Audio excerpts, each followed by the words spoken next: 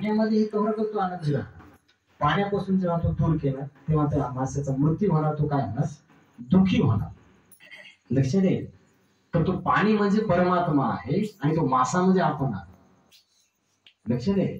पण आता कलियुगातले असे मासे आहेत की ते बाहेर निघून आनंदी व्हायचे. लक्षात येईल. त्याकडे बकेटीच्या पाण्यातच लय आनंद आहे. आपण कवरात खाई काय लात मार असतो मग टरपडून मरायचंच का. तर थोडा आनंद भेटला म्हणजे झालं सोबत, काही टेन्शन नाही. बस एवढं केलं का काही चिंता. असं करता करता 84 संपले. असं फक्त साधू संतांनीच म्हणू आपण. मग आता काय करायचं का, ते साधू संतच आहे. आपल्याला काहीच झालं नाही, आपल्याला सुरुवातही झाली नाही. तर त्याच्यामुळे समजून घ्या की शरीर जे नाशवान आहे, आत्मा अमर आहे आणि अमर आत्म्याचा अमर परमात्म्याशी जो